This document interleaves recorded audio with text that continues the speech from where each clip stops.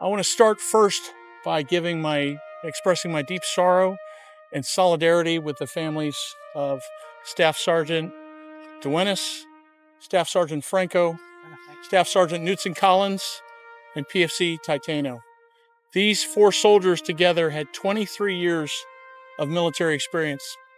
They were loved and respected by their peers and by their leaders alike.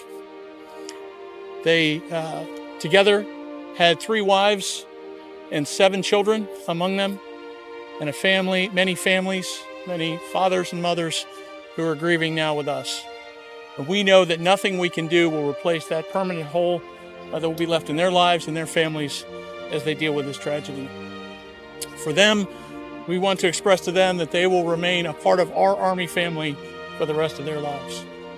Second, I want to express that I am awestruck by the incredible support that we have received from the Lithuanian military and the Lithuanian government from the moment that this incident started. As soon as we called for help, we received aircraft, we received search parties, we received dive teams. As this turned into a search and recovery operation, they spared no resource to bring out to the site. Slurry pumps, canal dredging equipment, pump systems to move piping systems to move water to out of the area. And throughout the last 8 days, the support from the Lithuanian leadership has been incredible. As you know, your president visited our site. The Lithuanian Minister of Defense, the Chief of Defense, were out there repeatedly, and anything we wanted from this government was available to support this operation. In addition, we received great support from the Polish military that provided an engineer company that assisted with site preparation. And then an Estonian dog team was critical in our ability to ultimately find the last soldier. I'd like to share with you 3 stories of the kind of heroism and dedication that we saw over the last 8 days. First, as many of you heard reported in the press, the original site where the vehicle was found was a hole about 10 meters in width. And we just couldn't believe that an armored vehicle could be in that hole. The company first sergeant went out into the hole with a stick to probe the ground and found it to be about waist deep. We continued to search the area, and finally he found a small satchel bag floating in the water, and he smelled the smell of diesel fuel. So he called the Lithuanian Special Forces dive team that was on site, and those incredible divers went down into that mud time and time again through the night from about 2 in the morning until about 6 in the morning to try to find that vehicle. Their masks were melting from the diesel in the water as they rotated out to try to locate this vehicle. They finally found the vehicle about 2 meters down, the top of the vehicle, 2 meters down in the water. Over the next 2 days, that vehicle continued to sink another 2 meters. Had we not found it that night, we likely would never have found it.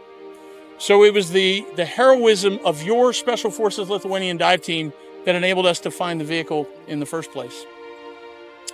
As we brought in the U.S. dive team over the next couple days and continued to excavate the site, we realized that we now needed to descend through 4 meters of mud to hook up to the vehicle in order to extract it. And so our engineers fashioned a fire hose from your fire company, from your fire department, that would descend with the U.S. Navy divers. As they descended those 4 meters of mud, they had to blast the area around them to create a chimney for them to descend in the mud to get access to the vehicle. This operation took several hours. The divers, as they surfaced, reported to us that every time they would stop with a hose, the mud would encase around their bodies, and they would have to use it to move again. One of the first comments from the diver as he resurfaced was how terrifying that experience had been. But that enabled us to hook to the vehicle and finally extract it, where we recovered 3 of our soldiers. The search continued for the 4th soldier.